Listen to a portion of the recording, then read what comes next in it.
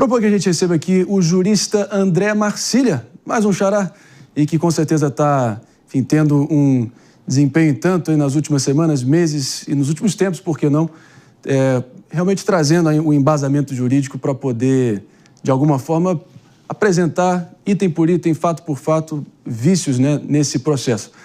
Tudo bem? André, obrigado pela presença aqui, prazer em te conhecer. Vou contar uma breve história aqui, se você me permite, que é o seguinte: no dia 4 de setembro de 1997, eu tinha 3 aninhos de idade, os meus pais celebraram o casamento deles no Rio de Janeiro e o juiz federal, à época da 18ª Vara Civil do Tribunal de Justiça do Rio, chamava-se Luiz Fux. Ele tinha uma máxima que disse aos meus pais, e aqui eu me permito fazer a imitação, onde ele disse: olha, todos os casamentos que eu ministrei jamais deram em divórcio. Vocês não vão quebrar essa escrita. E, dito e feito, meus pais seguem casados há 33 anos. Na minha visão, foi seguindo a máxima do próprio ministro Fux, mais um compromisso de firmeza, intransigência e compromisso com a letra fria da lei, os códigos da lei e uma tecnicidade ali altamente precisa no voto dele. Foi essa a impressão que você também teve? Bom dia, Marinho, bom dia a toda a bancada, a audiência. Muito boa imitação, parabéns. Agradeço. É a primeira vez que eu vejo o Fux sendo imitado, confesso. Agradeço, mas pode continuar, pode continuar. Senão eu fico 14 horas falando aqui e tenho pânico daqui a pouco. Tá bom? Até o topete está semelhante. Veio bem. Mas vamos botar... Veio bem. Xará tá com crédito. Mas vai, botando a bola no chão aqui. Realmente foi um voto e tanto, muito pra gente dissecar, e eu tô ansioso para ouvir a tua opinião dos principais trechos aqui e a importância simbólica que ele terá na sequência, por mais que não vá mudar muito o resultado final. Perfeito. Olha, Marinho, a gente teve, de fato, como você bem disse, um voto técnico, né? Aliás, muita gente falando, olha, ele ficou com receio de sanções, ele ficou com medo da Magnitsky. Eu acho que se em algum momento as pessoas forem coagidas a cumprir a Constituição, bom, talvez essa seja uma coação a se pensar. Se você é coagido a ser técnico, bom, talvez isso deva ser algo a se considerar como adequado, né? Não vejo que tenha isso. Ele foi técnico durante todas as 12 horas, talvez uma outra coisa ali eu discorde, por exemplo, na condenação até mesmo de uns e não de outros, mas essas são pequenas questões que faz parte sempre uma ou outra coisa ser discutida ou passível de debate. Mas os pontos centrais, me parece, são técnicos, que é o fato de que o STF é incompetente para esse julgamento e que não é possível você, dentro do território da cogitação ou da postagem ou de lives ou de reuniões, entender que isso é o início de uma execução de um golpe de Estado.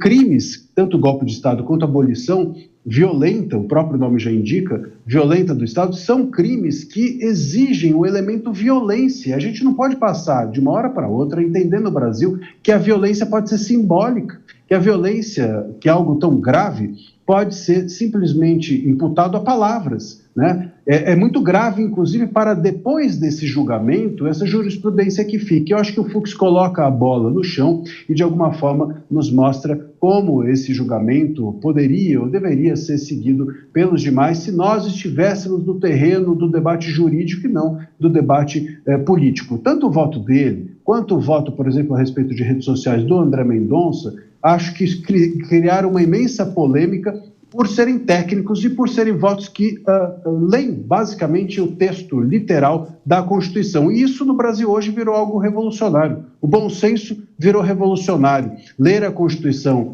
como ela foi escrita e não como os ministros desejariam que ela tivesse sido escrita, passou a ser alvo de polêmica. E isso é muito ruim. Creio que alimenta, inclusive, a possibilidade de um debate público mais qualificado, esse voto do Fux. Excelente, André. Marcília, a gente segue aqui com a bancada nesse momento. Vou acionar o David de Tarso para a próxima pergunta. Não, eu gostaria de saber do doutor, né, se tem alguma expectativa também, já que o STF não é competente para tal julgamento, quais são os mecanismos, então, para uma possibilidade de que esse julgamento não tenha validade adiante? Olha, David, o que vale nesse caso, na turma, né? Aliás, a respeito dessa incompetência, acho que o próprio Fux explicou muito bem quando ele diz: Se o Bolsonaro estiver sendo julgado como ex-presidente, tem que estar na primeira instância, porque ele não tem foro privilegiado. Se ele estiver sendo julgado pelos atos da presidência, tem que ser julgado no plenário com todos os ministros e não na primeira turma. Quer dizer, é bem ilustrativa essa explicação dele próprio, e parece ser a melhor forma da gente entender isso. O problema é que o voto dele é um voto minoritário, e acredito eu, pela expectativa que temos do voto da Carmen Lúcia e do Zanin, é de que seja inclusive um voto isolado. Se ele tiver, portanto, ali um 4-1, o voto para a primeira turma, para a condenação da primeira turma, não vale nada na prática. Vale no sentido de que abre uma divergência que pode fazer com que haja um recurso, que a gente chama de embargos infringentes. Esse recurso suscitaria a possibilidade de que o plenário fosse acionado, os demais 11 ministros fossem chamados a votar e, eventualmente, aquilo que hoje é a minoria ou um voto isolado do Fux pode ganhar a maioria. Difícil, mas essa é a única possibilidade dessa visão dele se tornar válida para o resultado final. Por enquanto, é apenas um voto isolado que não tem eficácia de modificar nada nesse julgamento. Importante sempre lembrar o que está, de fato, em jogo aqui, apesar das paixões, emoções que estão inflamando a interpretação de todos os lados aí do que a gente está vendo. De qualquer forma, eu vou acionar agora, André, se você me permite. Doutor André Marcília segue aqui com a gente, o Mano Ferreira, para a próxima pergunta. Bom dia, André. É um prazer conversar com você. A minha pergunta, a gente sabe que isso é improvável de ocorrer, mas caso houvesse um entendimento de que os aspectos processuais levantados pelo ministro Fux devessem ser considerados e, portanto, o atual processo fosse declarado nulo, o que se faria com os autos, com as provas que foram levantadas pela Polícia Federal, pelo Ministério Público? Isso tudo seria remetido a algum juiz de primeira instância? Seria possível dar reinício ao processo ou simplesmente a gente passaria uma borracha, faria de conta que nada aconteceu? O que é que aconteceria caso o Supremo entendesse que o argumento da incompetência do foro está adequado?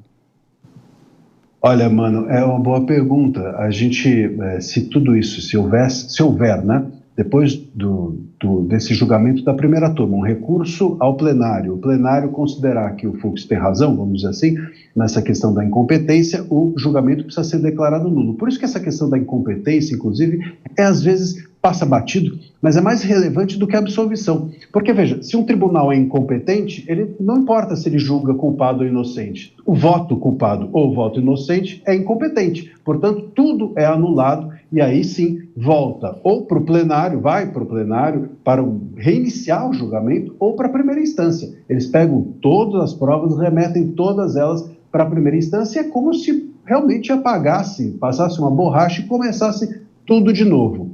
E aí tem que pensar, né, pode ser inclusive que o tempo que isso leve faça com que esses julgamentos, enfim, nunca aconteçam. Vamos lembrar que nós tivemos já casos recentes até no Brasil de que o tempo, né, houve preclusão, como a gente chama, o tempo passado faz com que haja extinção da punibilidade. A possibilidade do Estado punir essas pessoas passe em razão do tempo. Então, tudo isso pode acontecer. Quer dizer, novamente, é como se você estivesse perdendo um jogo de 4-0 e falasse, olha, vamos começar tudo de novo, porque a gente está aqui no campo errado. O campo certo de jogar não é esse, é o outro. A métrica aqui do campo não é correta. O gol está num tamanho diferente. Então, precisamos começar tudo de novo, o jogo, e aí a bola começa novamente a correr num outro ambiente, de uma outra forma. E se esse tempo passar, talvez com outro STF, porque o governo seguinte terá ainda nomeações a serem feitas, talvez de um outro executivo, porque a gente vai ter eleições. Então, muda inclusive o cenário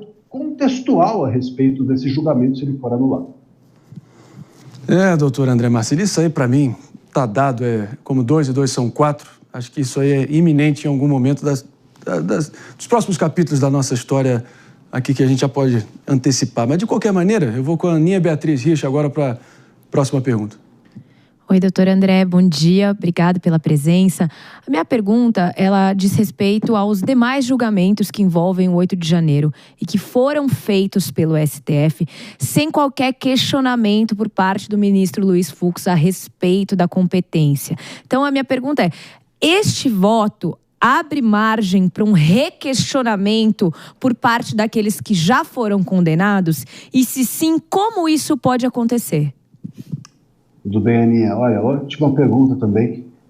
Veja, tem aqui duas coisas, né? Primeiro, que eu estava até num debate ontem e uma das questões era essa. Como é que o Fux, quem estava no debate comigo, dizia assim, causa perplexidade que o Fux tenha tido um entendimento antes, seja o juiz punitivista e agora mude de ideia. Eu respondi, causa perplexidade se uma pessoa passar a vida inteira sem mudar de ideia. Eu acho que faz parte do ser humano, inclusive é desejável aos juízes que mudem de ideia, né? É assim que é feito o debate público, inclusive, né? Por isso que existe, inclusive, a liberdade de expressão e o debate, para a gente poder mudar de ideia.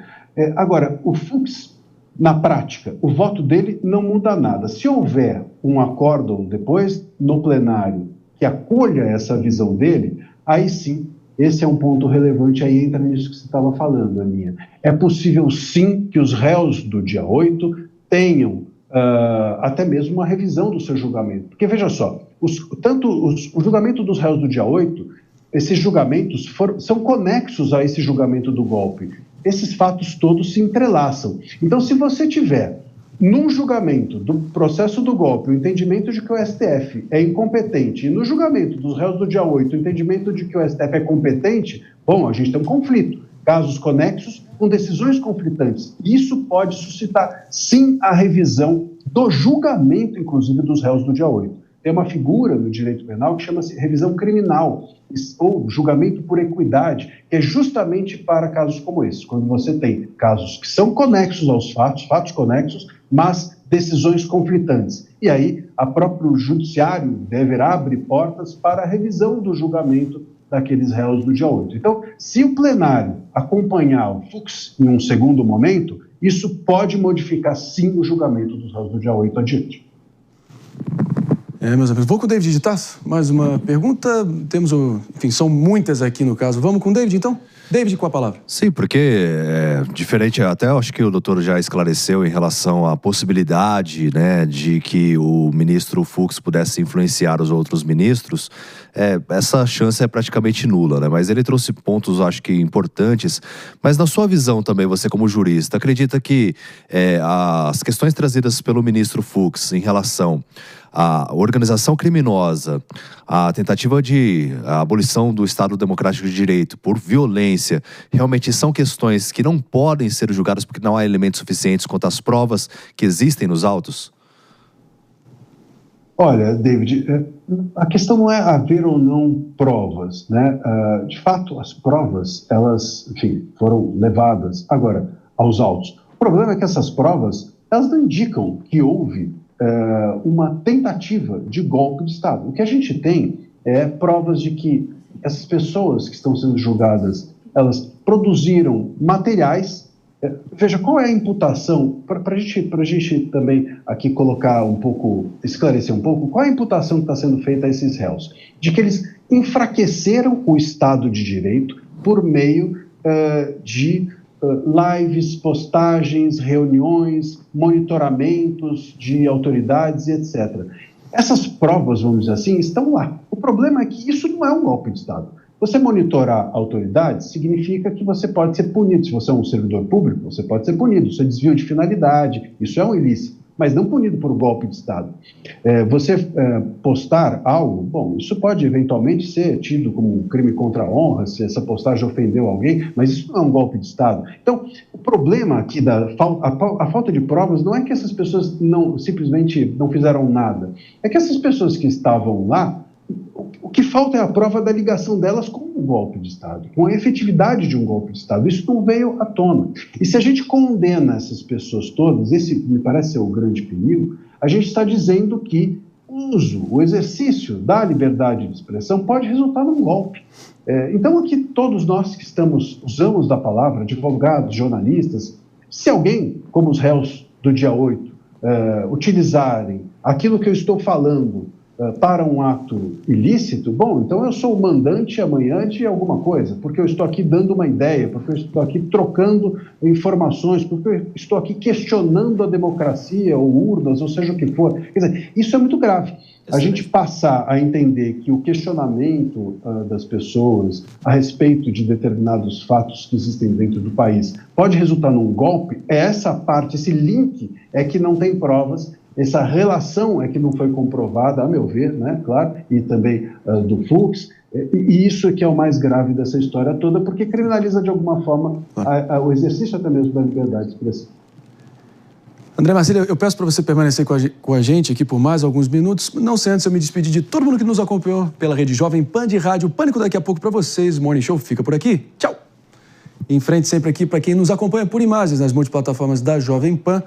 Mano Ferreira aqui ansioso para fazer uma pergunta já na reta final do Morning de hoje. Mano. Eu queria entender como seria a tipificação adequada da conduta, por exemplo, do general Mário Fernandes, que na condição de secretário executivo da Secretaria-Geral da Presidência da República elaborou planos para assassinar o presidente eleito, inclusive o ministro relatou e imprimiu até em impressoras oficiais do Palácio do Planalto. Tudo isso está corroborado com as provas nos autos, né? Então, como é que tipo de conduta é essa? Porque um funcionário público usar a estrutura do Estado para criar um plano para matar alguém não é exercício da liberdade de expressão, né?